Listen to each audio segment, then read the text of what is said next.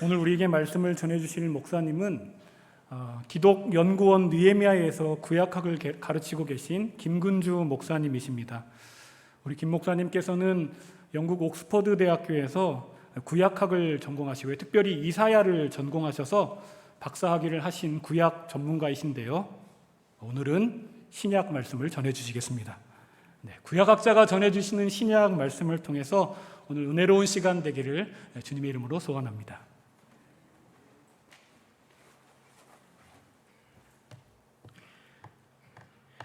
소개받은 김근주입니다. 만나서 반갑습니다. 제가 오늘 나누려는 사도행전 15장의 배경에는 스데반의 순교 사건이 있습니다. 유대 당국은 예수님을 전하던 스데반을 죽이면서 기회라고 생각을 해서 대대적인 박해를 감행했고, 이 기회에 예수를 믿는다는 사람들을 없애려고 생각을 했습니다. 그 박해 때문에 그 첫 교회, 예루살렘에서 모이던 첫 교회들은 그 박해가 너무 심하다 보니 그 자리에 있다가는 정말 다 끝장나겠다 싶었던지 흩어지기 시작했습니다. 흩어진 사람들 가운데 어떤 이들은 사마리아 지역으로 넘어갔고요.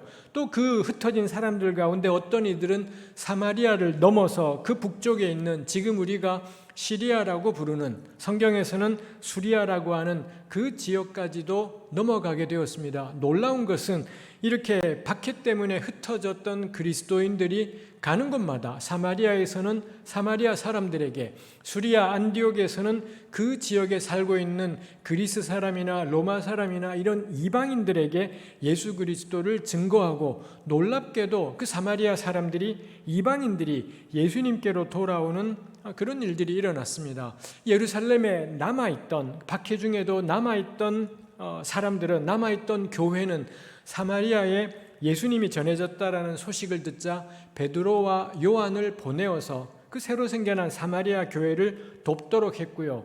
수리아 안디옥에서 이 새로운 예수 믿는 공동체가 이루어졌다라는 이야기를 듣고서는 역시 예루살렘 교회는 바나바를 이번에 그들에게 파송해서 이 안디옥 지역 교회를 돕도록 하였습니다. 우리가 보통 이런 교회를 모교회라고 부르지요. 예루살렘 교회를 기반으로 해서 새로 생겨난 사마리아의 공동체를 돕고, 그 다음에 안디옥에 생겨난 공동체를 돕고, 이런 역사들이 시작되었더라라는 것입니다. 그리고 그 안디옥에서 바나바를 파송해서 도왔던 그 공동체 안에 바울이라는 사람이 등장하게 되면서 비약적으로 예수님의 말씀이 온 세상을 향해 확산되는 일이 등장했더라라는 것입니다. 우리 이런 교회를 가리켜서 보통 선교적 교회라고 부를 수 있겠습니다.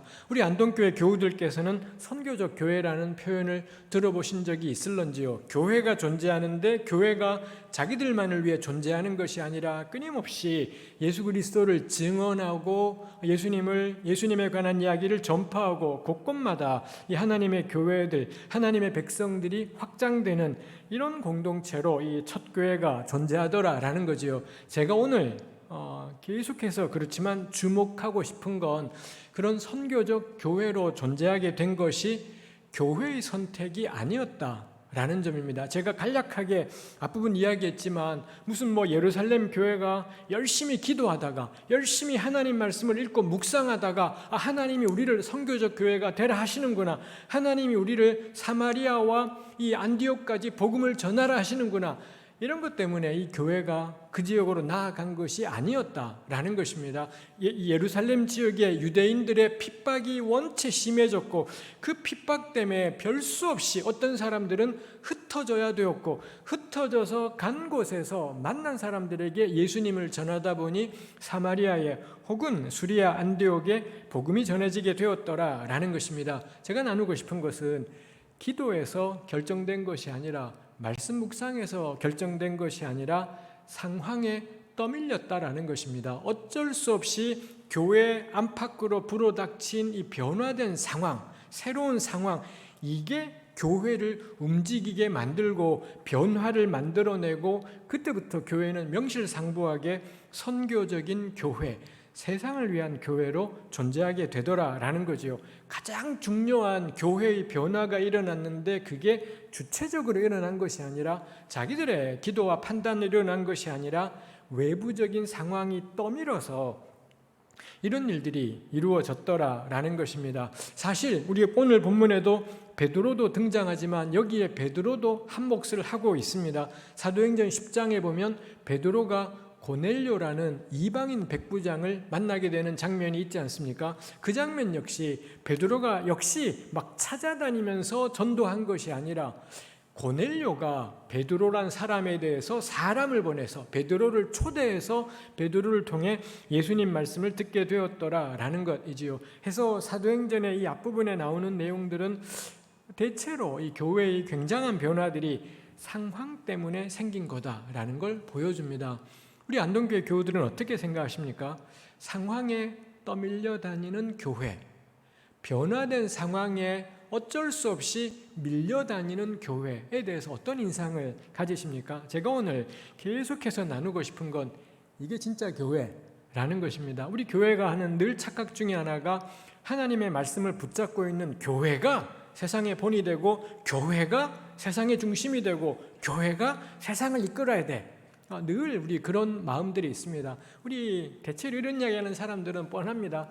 열등감일 가능성이 굉장히 큽니다. 열등감 때문에 맨날 앞서야 되고 맨날 이끌어야 되고 우리 교회 공동체 안에서도 비슷합니다. 주로 이런 이야기 많이 하시는 분들은 우리 교회가 가장 하나님의 영광을 대부분 이런 이야기의 가장 밑바닥에는 열등감, 계속 남과 비교하면서 열등감 속에서 더 잘하고 더 뛰어나고 뭐 이런 것들이 있지요. 우리 교회가 세상을 이끌어야 된다, 이런 표현들을 합니다. 그렇지만 정작 첫 교회는 상황에 떠밀려 다니는 교회, 변화된 상황을 대응하느라 그래서 교회의 가장 근본적인 변화들이 일어나더라라는 거죠. 그거 오늘 우리 사도행전 15장을 중심으로 해서 나누어 보려고 합니다. 읽기로는 5절부터 11절까지의 말씀을 읽었지만 제가 다루고 싶은 것은 15장 1절부터 대략 15장 전체를 두루두루 고려하면서 이 본문을 생각해 보려고 합니다. 이 변화된 상황 속에서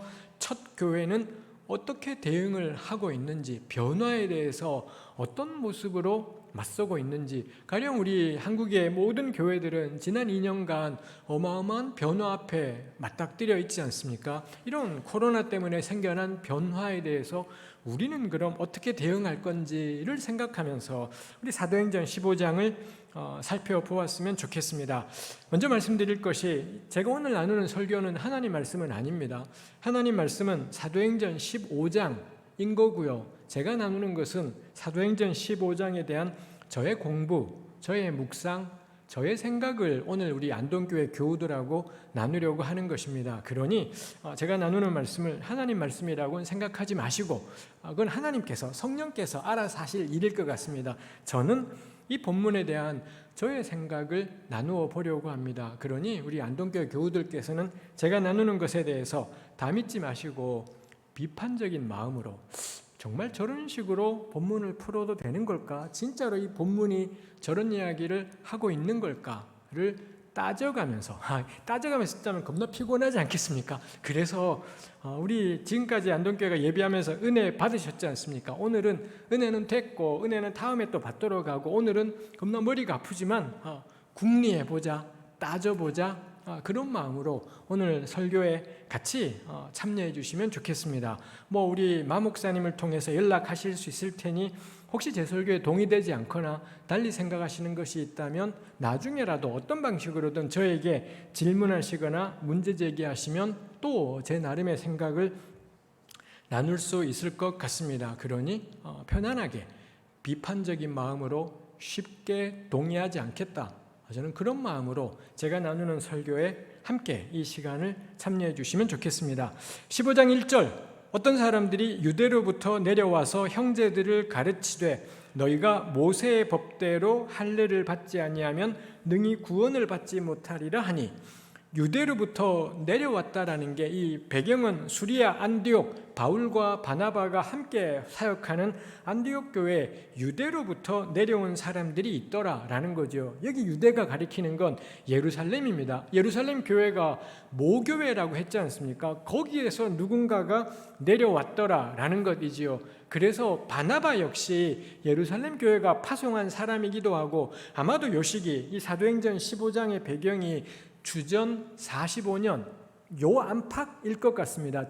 주전이 아니라 주후 45년에서 50년 요 어간, 예수님께서 부활 승천하신 지 20년도 채 지나지 않았을 그런 시간대인 거죠. 그때 예루살렘 교회는 그야말로 모교회이기 때문에 예루살렘 교회에서 누가 안디옥 교회에 내려왔다 그러면 오늘날의 총회나 이런 것보다도 훨씬 더 권위 있는, 아무래도 상급기관, 상위기관 이런 인상들이 있었을 거고, 이 안디옥 공동체 사람들이 유대로부터 내려온 사람들의 말을 쉽게 무시할 수가 없었을 겁니다. 나중에 우리 15장 24절에 보면 이 유대로부터 내려온 사람들은 이 예루살렘 교회가 공식적으로 보낸 사람은 아니었었습니다. 바나바는 교회가 공식적으로 파송을 했지만 15장 1절에 나오는 이 어떤 사람들은 자기들 마음대로 안디옥에 이런 공동체가 생겼다니 자기 뜻대로 여기 내려와서 이런저런 권면을 하는데, 그 내용이 여기 너희는 이방인 그리스도인들인 거죠. 이방인 그리스도인인 너희들 역시 모세의 법대로 할례를 받지 아니하면 능히 구원을 받지 못하리라. 할례에 대해서 아주 강경하게 예루살렘에서 내려온 사람들이 이야기를 했고, 2절 보면 바울과 바나바와 그들 사이에 적지 아니한 다툼과 변론이 일어난지라. 바울과 바나바는 그 생각에 동의할 수가 없었고요. 이 모교회에서 내려왔다지만 예루살렘 교회고 뭐고 간에 바울과 바나바로서는 동의되지 않았고, 그럼 어떻게 하느냐? 우리 갈라서자, 이렇게 결론 내리는 게 아니라 요거 제대로 한번 다루어 보자 해서는 이 안디옥 교회가 바울과 바나바 그리고 몇 사람들로 대표단을 구성해서 예루살렘으로 보냅니다. 예루살렘에 가서 그 예루살렘 교회를 방문해서 이 문제에 대해서 제대로 이야기를 좀 하고 정리된 이야기를 알려달라 해서는 대표단을 보내었더라 라는 것이지요. 그래서 4절에 보면 이들이, 이 안디옥 교회가 파송한 대표단이 예루살렘에 이르렀다 라고 되어 있고요. 5절, 바리새파 중에 어떤 믿는 사람들이 일어나 말하되 이방인에게 할례를 행하고 모세의 율법을 지키라 명하는 것이 마땅하다 하니라. 바리새파 기독교인들이 있더라라는 거죠. 우리 기억하실 것이, 당연히 1세기 중반의 예루살렘 교회 구성원들은 전부 100% 유대인들입니다. 예수님이 유대인이셨고 바울도 유대인이었고 바나바도 유대인인 거고 100% 유대인들로 이루어진 교회. 첫 교회는 당연히 그런 교회지 않겠습니까? 그 유대인 그리스도인들 가운데 바리새파가 있더라라는 거죠. 바리새인 그러면 우리가 이미지가 굉장히 안 좋은 것이 있지만, 특이하게도 누가복음하고 사도행전, 요건 한 사람이 썼다라는 게 우리 성경책에 나와 있기도 하지요. 누가복음, 사도행전에는 바리새파에 대해서 그렇게 이미지가 나쁘지 않습니다. 누가복음을 봐도 그렇고 사도행전을 봐도 바리새인들이 나름 합리적인 사람으로 그렇게 그려지기도 하고, 여기 나오는 이 5절에 있는 바리새파 사람들은 예수님을 영접한 바리새파 유대인들이었다라는 거죠. 이 사람들이 이제 그런 문제 제기를 하는 겁니다. 이방인에게도 할례를 행하고 모세의 율법을 지키라 명하는 것이 마땅하다. 여기 우리말 자체도 할례를 행하고 모세의 율법을 지켜라. 이 사람들이 보기에 할례는 단지 할례 하나로 끝나는 것이 아니라, 할례가 상징하는 게 뭐냐? 모세율법 전체라는 겁니다. 모세율법은 결국 구약을 가리키는 셈인 건데, 이게 할례라는 단지 하나의 문제가 아니라 구약 성경을 이방인들에게 뭐라고 말할 건데, 구약에 나타난 수많은 하나님의 명령들은 그럼 이방인에게는 뭐라고 할 텐데, 그래서 이 바리새파 유대인들은 할례를 할례도 해야 되고 모세율법도 지켜야 되고, 이 할례는 모세율법 전체를 상징하기 때문에 할례가 무너지면 율법 전체가 무너진다라고 생각을 한 것입니다. 그래서 이방인에게 할례 받도록 해야 된다. 6절 사도와 장로들이 이 일을 의논하러 모였고 7절 많은 변론이 있었다라고 되어 있습니다. 참 놀라운 건 그러자 이 공동체가 무엇을 하느냐, 예루살렘 교회에 모인 이 사람들이 무엇을 하느냐, 회의를 하더라라는 거지요. 이 예루살렘에서 벌어진 5절부터 나오는 회의를 가리켜서 후대학자들은 제1차 예루살렘 공의회라고 이름을 붙였습니다. 공의회라는 것은 이 모든 교회 대표자들이 모인 회의를 공의회라고 부르는 거고요. 장소가 예루살렘이라 예루살렘 공의회고, 이후로도 교회 역사 안에 예루살렘에서 모였던 회의가 또 있다 보니 이 회의를 가리켜 제1차라고 그렇게 부르는 것이죠. 제1차 예루살렘 공의회 회의가 열렸더라라는 겁니다. 근데 놀라운 건 뭔가요? 쟁점이 지금 뭔가요? 할례이지 않습니까? 할례는 구약 성경에 나오는 겁니다. 창세기 17장부터 해서 하나님 백성의 표시가 뭐냐? 우리 신약 교회의 세례처럼 하나님 백성의 표시가 뭐냐? 할례라는 것입니다. 할례는 마땅히 행한다라는 게 구약에 곳곳에 있는데, 그러니 이방인들도 할례를 행해야 된다라는 건데, 바울과 바나바처럼 이방인에게 할례를 행하라고 가르치지 않은 사람이 있고, 이게 갈등이 되었을 때 교회는 뭘 하느냐? 회의를 하더라라는 거죠. 아니, 성경책 펼치면, 이때 성경은 구약이지요. 구약 펼치면 할례 행하라가 명백히 나오는데, 놀랍게도 첫 교회 사람들은 하나님 말씀이 쟁점인 셈인데 대응 방식이 뭐냐? 회의와 논쟁을 통해 이 문제를 다루겠다라고 이렇게 선택을 한 것입니다. 이게 간단치 않은 게, 좋아, 그러면 이방인들이라고 해서 할례를 요구하지 않는다고 치자. 그럼 모세율법에 다른 계명들은 어떻게 할 건가요? 안식일에 대해서는 이방인에게 뭐라고 말할 건가? 이것도 그럼 안 한다고 치자. 그럼 모세율법에 나오는 또 다른 말씀들은 그럼 구약에 나오는 어떤 말씀은 이방인에게 요구하고 어떤 말씀은 이방인에게 요구하지 않고를 누가 결정을 할 거며 무슨 기준으로 결정할 거며, 이거 보통 문제가 아닌 것입니다. 아니, 성경에 명료하게 나와 있는 이런 문제를 토론으로, 회의로 결정한다라는 게 말이 되는 문제인가 싶은데, 그냥 말씀대로 해, 말씀대로 순종해, 이러면 끝날 일이다 싶은데, 놀랍게도 첫 교회는 이걸 붙잡고서 회의를 해요. 우리도 회의하잖아요. 교회 행정 업무 때문에 회의하기도 하고, 언제부터 대면 예배를 시작할지 회의하기도 하고, 교회 재정적인 것 때문에 회의하기도 해요. 근데 첫 교회는 재정 때문에, 행정 업무 때문에 회의한 것이 아니라 명백하게 하나님 말씀에 이렇게 해라라고 명령이 되어 있는데, 근데 그거를 이방인들에게도 요구할 거냐? 이걸 가지고 회의를 하더라라는 것입니다. 전 이거 정말 놀라운 일이겠다 싶은 것이죠. 이 사람들이 하나님 말씀을 가벼이 여겨서 이런 일들을 하는 것이 아닐 것입니다. 근데 이방인 그리스도인들 때문에 이런 식의 일들이 이루어지지요. 이거 사실은 겁나 쉬운 문제입니다. 할례에 대해서 가령 예수님께서는 단 한 번도, 우리 사복음서를 보시면 예수님은 단 한 번도 할례에 대해서 부정적으로 말씀하시거나 못마땅해 하시거나 이렇게 언급을 하신 적이 단 한 번도 없습니다. 우리 주님께서는 유대인으로서 당연히 할례 받으셨고요. 바울 역시 할례 받은 유대인인 거고, 베드로, 안드레, 야고보, 요한 전부 다 할례 받은 하나님의 백성들이지 않습니까? 그러니 가령 지금 현재 이 이방인에게 할례를 요구할 거냐 말 거냐에서 까다로운 상황이 생겼다면 제일 손쉬운 방식은 뭔가요? 예수님 할례 받으셨잖아. 바울 할례 받았잖아. 우리 다들 할례 받았잖아. 그럼 이 사람들에게도 할례를, 그리고 할례라는 게 중내 산해하는 문제이지도 않습니다. 할례라는 게 이게 의학적으로 간단하게 고대이다 보니 약간의 시간은 필요하겠지만 죽고 사는 문제이지도 않더라. 우리 복음을 위해서 목숨까지도 이런 일이 허다하지 않습니까? 그렇다면 이거 하나도 복잡하지 않아요. 그냥 이방인들도 할례 받으려고 해. 대한민국에 적지 않은 남자들이 어릴 적에 혹은 언젠가 포경수술 이런 것도 받지 않습니까? 이거 사실 아무것도 아닐 수 있는 것인데, 근데 교회는 이걸 가지고 회의를 하더라이지요. 가령 할례에 대해서 부정적인 언급을 한 사람은 바울입니다. 근데 바울이 어디에서 로마서하고 갈라디아서, 바울이 쓴 편지가 여러 대 있지만 다른 편지에는 할례 이야기 나오지 않습니다. 딱 두 개의 편지, 로마서하고 갈라디아서에서 할례에 대해서 격렬하게 바울이 규탄하고 반대하는 내용이 실려 있습니다. 문제는 뭔가요?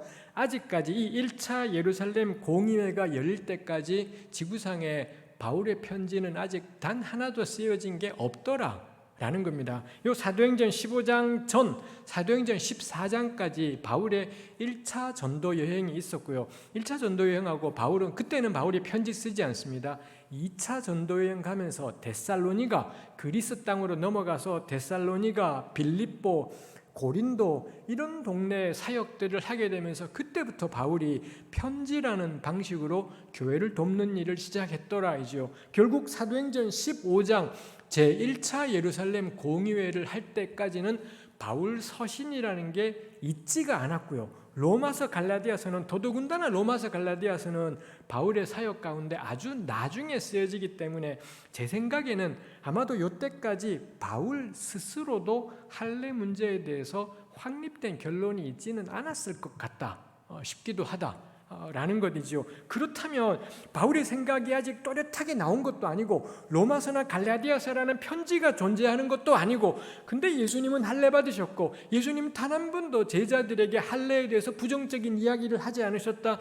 그럼 교회가 내릴 수 있는 제일 편하고 안전한 결론은 뭔가요?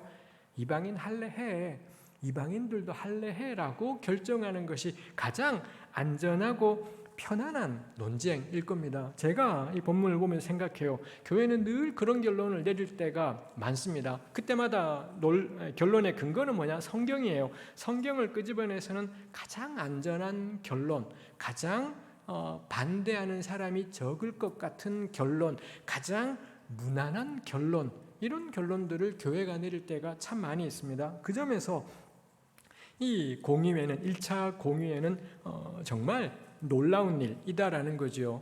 더욱 놀라운 것, 이 모든 회의가 성경과 신학에 대한 검토 때문에 이런 거 한번 이야기해보자가 아니라 떠밀려서 이런 아주 중요한 논의를 하게 되었다라는 점에서 저는 놀라운 일이다 싶습니다. 의논하기 위해서 모여서 많은 변론이 있었고요. 저는 그래서 교회에서 너무 중요한 건 치열하게 치고받는 논쟁이다 라고 생각합니다. 논쟁의 최악은 뭔가, 우리 결국 이 논쟁은 베드로하고 바울 두 사람의 의견을 들으면서 이 회의의 결론들이 지어지게 되는 것이 있습니다만, 저는 우리 교회 안에서도 더 많은 문제들이 논의되고 의논될 필요가 있고, 변론으로 대표되는 바 서로 다른 견해들이 충분히 드러나는 것이 필요하다 싶어요. 그런 회의나 논쟁에 제일 끔찍한 건 뭔가요? 결국 막 계속 토론하다가 막판에 가면 너 나이 몇 살이야 이 자식아, 뭐 이런 이야기가 나오게, 민증 까자라는 이야기가 나오기 시작하고, 그러고는 특히 교회에서 나오는 건 너 새벽 기도해? 너 성경 몇 번 읽었어? 정말 티저하게 이를 데 없는 새벽 기도를 하면 곧따위 인간이 되냐 싶은 생각이 절로 드는, 성경을 몇 도 가면 곧따위 소리를 하게 되냐라고 정말 열받게 되는 것이 있습니다. 뭐 저에게나, 저도 이제 50대 중반이 되었습니다. 저에게나 우리 안동교회 교우들에게 너무 당연하지만 이야기하는 거죠. 나이 유세하지 마시라. 제일 허접하고 제일 추접한 게 결국 막판에 가서는 나이 유세 하는 겁니다. 논리로 싸워요. 젊은 사람들하고 붙을 땐 논리로 붙어야지, 대도 않게 너 나이 몇 살이야? 이 맞박에 피도 안 마른 것이, 피 마르셔서 곧다고 생각을 하고 계세요. 이 인생을 겁나 오래 사셔서 그런 허접한 생각 속에 머물러 계시냐고 아마도 젊은 사람들은 생각할 겁니다. 제일 추한 게 나이빨로 미는 거고요, 직급빨로 미는 거고, 뭐 서열빨로 미는 거고, 이런 것들 진짜 허접한, 설마 안동교회 교우들은 그러지 않으시리라 생각합니다. 정말 살아있는 교회는 변론이 살아있는 교회, 논쟁이 살아있는 교회, 계급장 떼고 누구든 한마디 말을, 자기 의견을 말할 수 있는 교회, 위에 나이 많으신 정말 신앙의 연륜이 가득하신 장로님들이 가득 있어도 거침없이 20살 된 아이가 자기 견해를 똑같이 한 표로 말할 수 있는 교회, 거기가 첫 교회인 거고요. 거기가 저는 살아있는 교회일 거다 싶은 것이 있습니다. 이날 예루살렘 공의회의 물줄기를 바꾼 것이 아까 말씀드린 것처럼 베드로의 발언, 그 다음에 바울의 선교 보고였었습니다. 우리 함께 읽기로 이 베드로의 이 발언을 우리가 함께 읽었습니다만 이 부분에 대해서 제가 시간상 자세하게 다루지 않겠습니다. 베드로가 이야기하는 취지가 뭐냐? 베드로의 발언의 배경은 고넬료 사건입니다. 베드로가 어느 날 기도하는데 환상 중에 부정한 짐승이 내려왔고 하나님이 잡아먹으라 하시고 난 이런 거 안 먹는다고, 부정한 거 먹지 않는다 했는데 환상 중에 하나님이 내가 깨끗하다 한 것을 네가 부정하다 하느냐, 이런 놀라운 환상을 보았고 이게 무슨 뜻인가 하고 있는데 그 다음 날 고넬료라는 사람이 보낸 사람들이 와서는 베드로를 예배의 초대, 모임의 초대를 했더라는 거죠. 그래서는 가서 보니 이방인들인데, 고넬료는 로마 사람이었습니다. 로마 사람들, 이방인들인데 예수님에 대해서 듣기를 원했고 예수님을 전하고 세례를 베풀었더니 성령이 강림하셨더라. 뭐 이런 내용이 사도행전 10장, 11장에 있더라는 거죠. 이 사건을 겪으면서 베드로가 깨달은 것이 하나님은 고넬료가 할례 받은 사람이냐를 따지지 않으셨다. 할례를 안 받은 로마 사람인데도 불구하고 그에게 성령이 임하셨다. 하나님께서도 사람을 차별하지 않고 성령을 부어주시는데 우리가 어떻게? 이게 베드로가 깨달은 것이었고요. 이거를 공동체 앞에서 나누었더라라는 것입니다. 베드로가 여기서 신학을 끄집어낸 것이 아니라요, 복잡한 이야기를 끄집어낸 것이 아니라 자기가 만났던 이방인 고넬료와의 경험, 이 이방인이 예수를 고백하더라는, 이 이방인에게 하나님의 성령이 임하시더라는 이걸 나누었더라라는 거죠. 회중들의 반응이 나와 있지 않지만 저는 이게 물줄기를 바꾸었다 싶습니다. 그 다음에 두 번째가 이 바울의 선교 보고였습니다. 바울과 바나바가 1차 전도 여행을 하면서 지금의 터키 남부 지역 속에서 예수님을 전했을 때 이방인들이 어떻게 하나님께로 돌아왔는지 이런 선교 보고, 선교 간증을 했던 거고요. 그러자 이 마지막에 우리 읽지 않았지만 13절에 보면 말을 마침에 야고보가 대답하여 이르되 형제들아 내 말을 들으라. 마지막 결론을 야고보가 내리는 걸 보니 당시 예루살렘 교회의 대표자가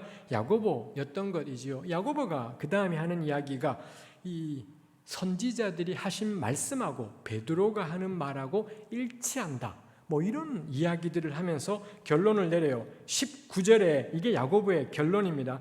그러므로 내 의견에는 이방인 중에서 하나님께로 돌아오는 자들을 괴롭게 하지 말고 다만 우상의 더러운 것과 음행과 목매어 죽인 것과 피를 멀리하라. 요 네 가지만 이방인들에게 부탁하자. 이렇게 야고보가 제안을 했고 교회 전체가 여기에 합의를 했고 그리고 이게 결정이 되었더라라는 것입니다. 이거 놀라운 일이죠. 19절에 그러므로 내 의견에는 이렇게 야고보가 자기 생각을 이야기하는 것이 있습니다. 그리고 교회는 그걸 받아들이더라라는 것이지요. 전 요거 제가 그래서 설교 첫머리에도 그런 말씀을 나누었습니다만 교회에 정말 필요한 건 하나님의 말씀이 너무너무 필요하지만 그 다음에 정말 필요한 게 뭔가요? 자기 의견입니다. 근데 우리가 교회를 조금 다니면서 생기는 못된 버릇 중에 하나가 지 의견을 하나님의 의견인 걸로 뒤바꿔 버리는 것이죠. 우리 교우들 가운데 가령 우리 말씀 나눔할 때 뭐 큐티를 나누든 뭐 설교 들은 말씀을 나누든 간에 오늘 큐티 하는데 하나님이 저에게 이런 마음을 주셨어요. 제가 늘 따져 물어요. 구라치지 마라, 거짓말하지 마라. 하나님이 언제 당신에게 그런 마음을 줬냐? 그냥 큐티하는데 이 말씀이 있는데 이런 생각이 들었어요. 그러면 될 걸 말입니다. 큐티하는데 이 본문 보는데 저는 이런 생각이 드네요.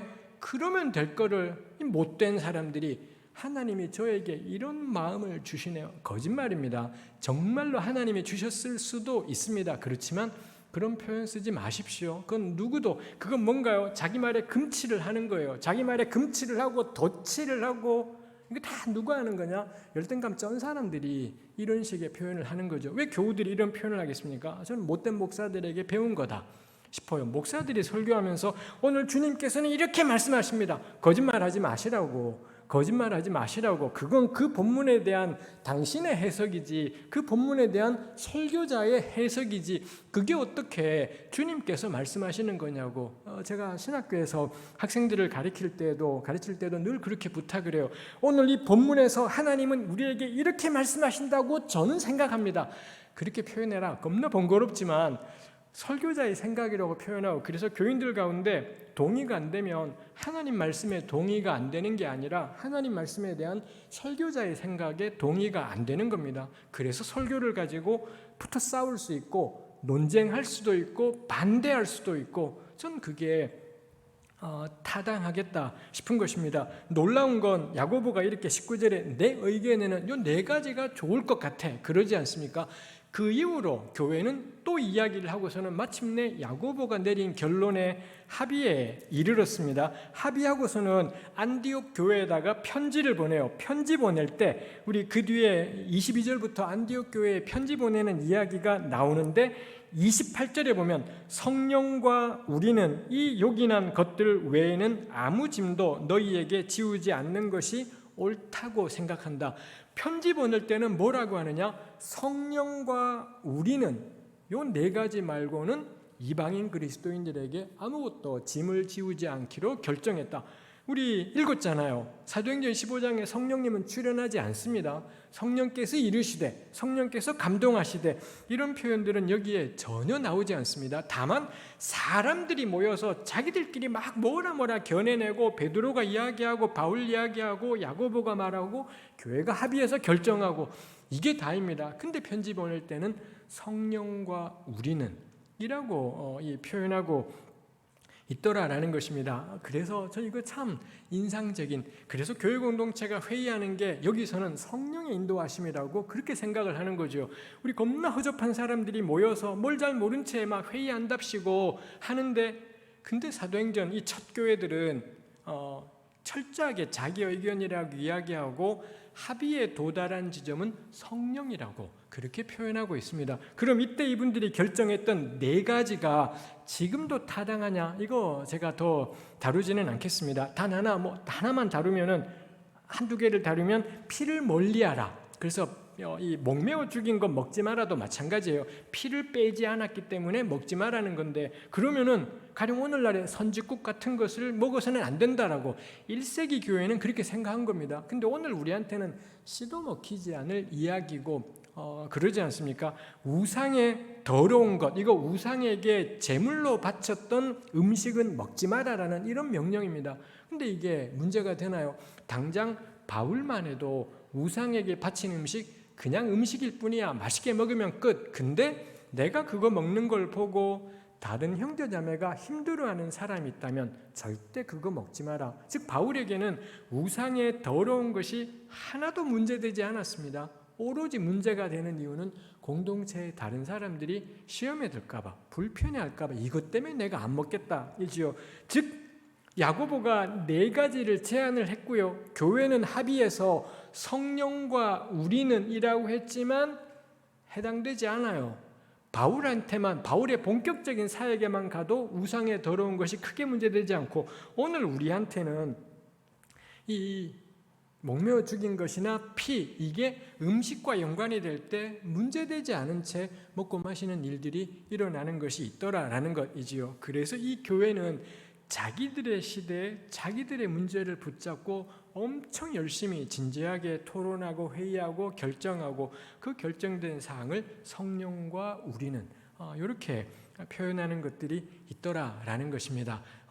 저 같은 설교자가 늘 명심을 해야 될 것, 그 다음에 우리 교우들이 명심할 것이 그거지요. 그러니 절대로 예수님 함부로 팔아서는 안 된다. 내 생각을 하나님의 말씀이라고 거짓말하지 말아야 되고, 내 묵상을 하나님의 감동이라고 금칠하지 말아야 되는 것이지요.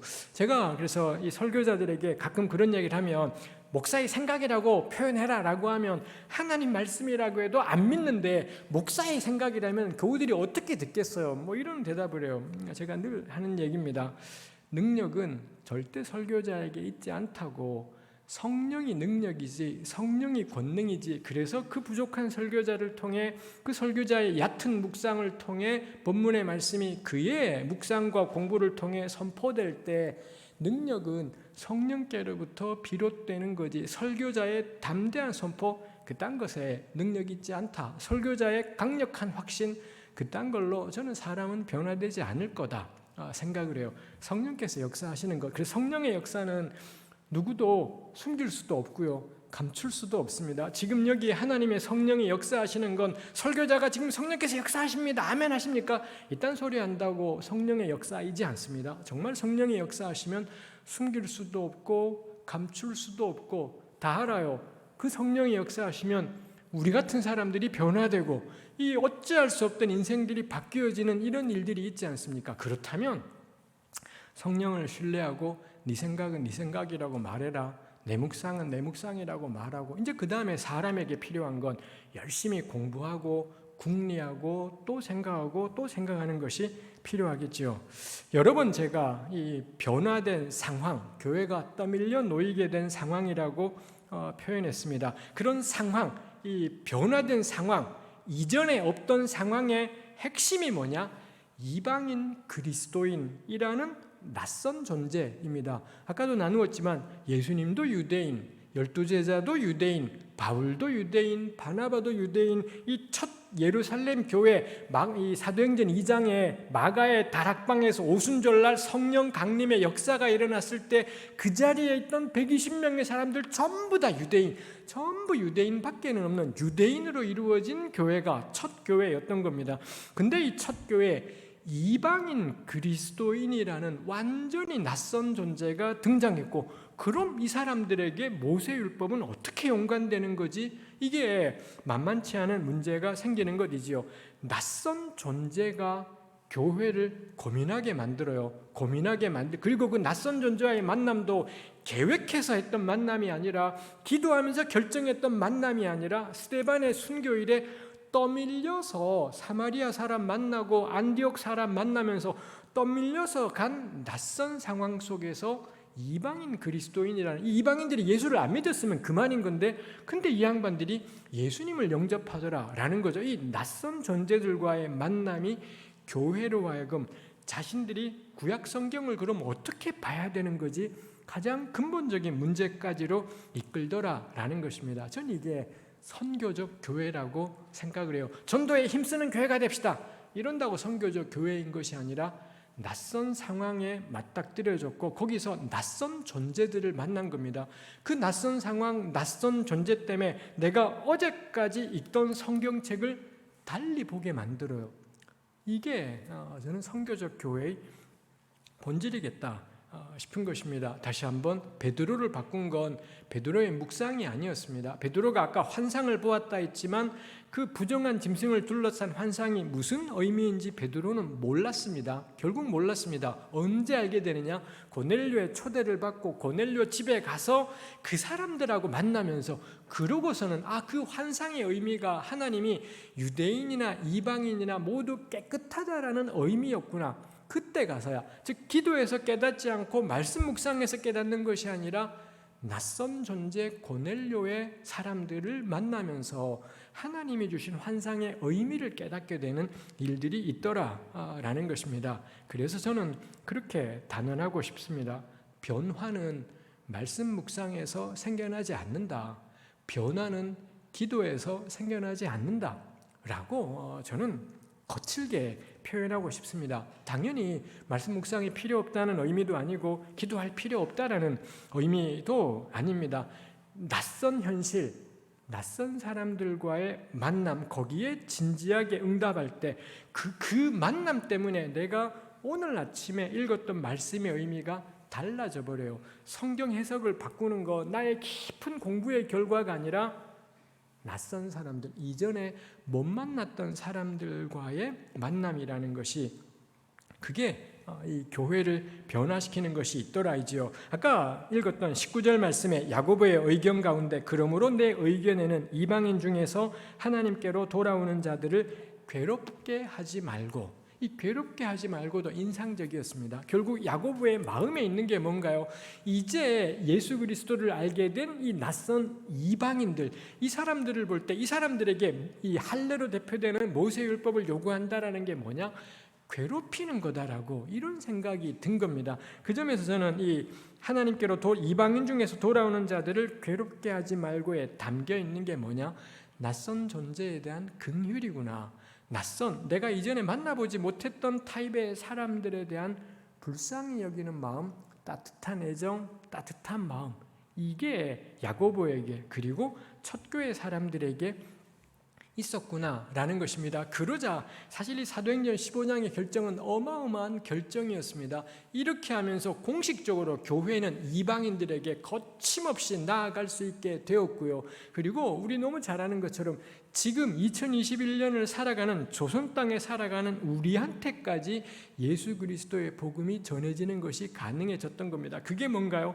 이 사도행전 15장에서 있었던 제1차 예루살렘 공의회, 아마도 이 1차 공의회의 결정이 바울의 신앙과 신학에도 막대한 영향을 미쳤을 거고 그 결과물로 갈라디아서가 로마서가 등장하게 되기도 했겠더라라는 것입니다.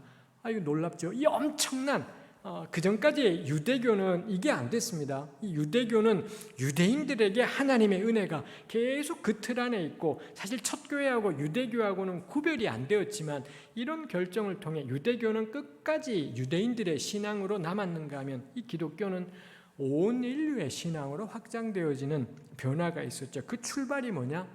떠밀려서 가게 된 낯선 상황, 거기에서 만났던 낯선 존재들, 이게 교회 전부를 바꾸어 버렸더라 이지요.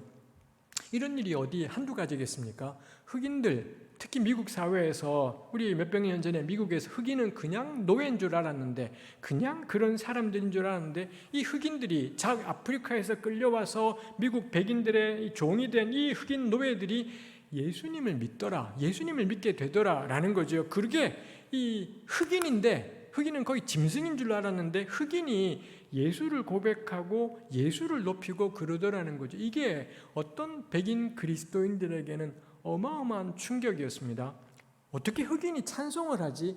어떻게 흑인이 예수를 고백하지? 이게 충격이 되고, 대다수의 백인들은 여전히 흑인은 짐승과 같은 존재인 거고요. 흑인에게는 제대로 된 지성과 이성을 기대할 수 없다라고 생각하고 여전히 노예라고 생각했지만, 어떤 사람들은 이 흑인이라는 낯선 존재 앞에서 충격을 받게 되고 성경을 다시 읽는 겁니다. 분명히 구약 성경에 노예 제도가 존재해요. 바울 같은 경우 몇 번이나 종은 육체의 상전에게 죽게 하듯 순종하라. 너 종일 때 부름받았냐? 그냥 종인 채 있어라. 이런 말씀들이 신구약 성경 곳곳에 있더라는 겁니다. 근데 흑인 그리스도인이라는 이런 존재, 낯선 존재를 만나고는 성경을 다시 읽고서는 이 사람들이 노예 제도가 하나님의 뜻을 거스르는 거다라는 이런 지점에까지 이르렀고요. 지금 우리 미국 남북전쟁 이래 몇백 년이 지난 지금 전 세계 어디를 가더라도 노예 제도는 비인간적이고 반인류적인 그런 제도라는 걸 모든 사람의 합의처럼 되었더라라는 겁니다. 그게 어떻게 그렇게 바뀌었나요? 성경 읽다가 바뀌나요? 기도하다가 바뀌나요? 그렇지 않습니다. 흑인 그리스도인의 존재, 이 낯선 존재 앞에 교회가 신학이 바뀌어져 버리고 성경 읽기가 바뀌어져 버렸더라라는 것이지요. 오늘날 우리는 낯선 존재가 또 있습니다. 그 가운데 하나가 여성입니다. 여성이 긴 세월 동안 가부장제 아래 남자들에 비해 차별받아왔다라고 또렷하게 인식하는 여성들이 등장하기 시작했습니다. 그래서는 우리 교회가 왜 우리 교회의 최고 결정기구가 왜 60, 70대 남자들로 이루어진 당회에서 왜 교회의 모든 걸 다 결정하지? 이거 제가 이 고등학교 1학년 때부터 예수 믿은 이래 한 번도 이게 문제가 되었던, 제가 이상하다 생각했던 적이, 저는 생물학적인 남성이다 보니 한 번도 이상하다 생각해 본 적이 없습니다. 근데 어느 교회인가 남자가 이런 판단을 하지 않았습니다. 여성들 가운데 왜 교회의 중요한 일을 5, 60대 이상의 남자들이, 중장년 남자들이 왜 다 결정하는 건지를 또렷하게 문제 제기를 하는, 가령 통합측 같은 경우는 여성에게도 안수를 하지만 우리 안동교회 장로님들 가운데 여성 장로님이 몇 분이 되십니까? 이 통합측이 여성 목사를 인정하지만 전국에 있는 통합측의 1만 교회 가운데 여성 목사님이 담임인 교회가 10개가 되겠습니까? 100개는커녕 10개가 넘을지 저는 잘 확신이 안 간다 싶은 것이 있습니다. 이건 뭔가요?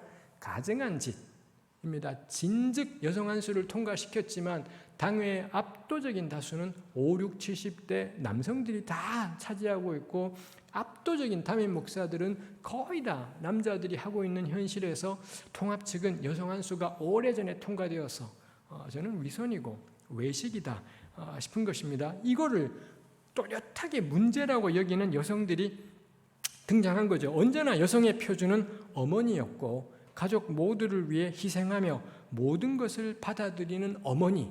맨날 남자들은 막 눈물 질질 짜면서 어머니의 급품 이런 허황된 상상들을 하죠. 그런 여성상은 여성으로 하여금 끝도 없이 희생하게 하고 남자는 지 하고 싶은 대로 다 하고 살게 하고 이걸 가능하게 하는 거짓말이지 않습니까? 이런 인식을 가진 사람들이 점점 등장하는 거죠. 그 앞에서 우리가 할 수 있는 게 뭔가요? 우리가 지금까지 읽어왔던 성경을 다시 읽는 수밖에는 없습니다.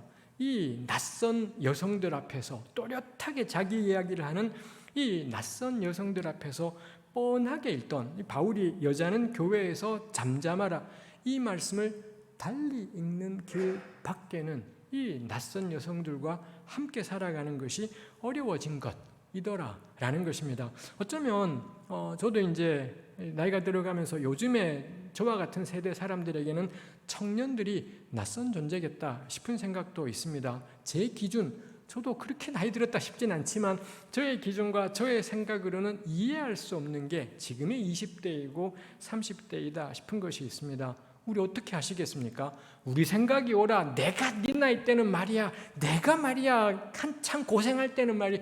이렇게 하면서 우리의 기준을 밀어붙일 건지.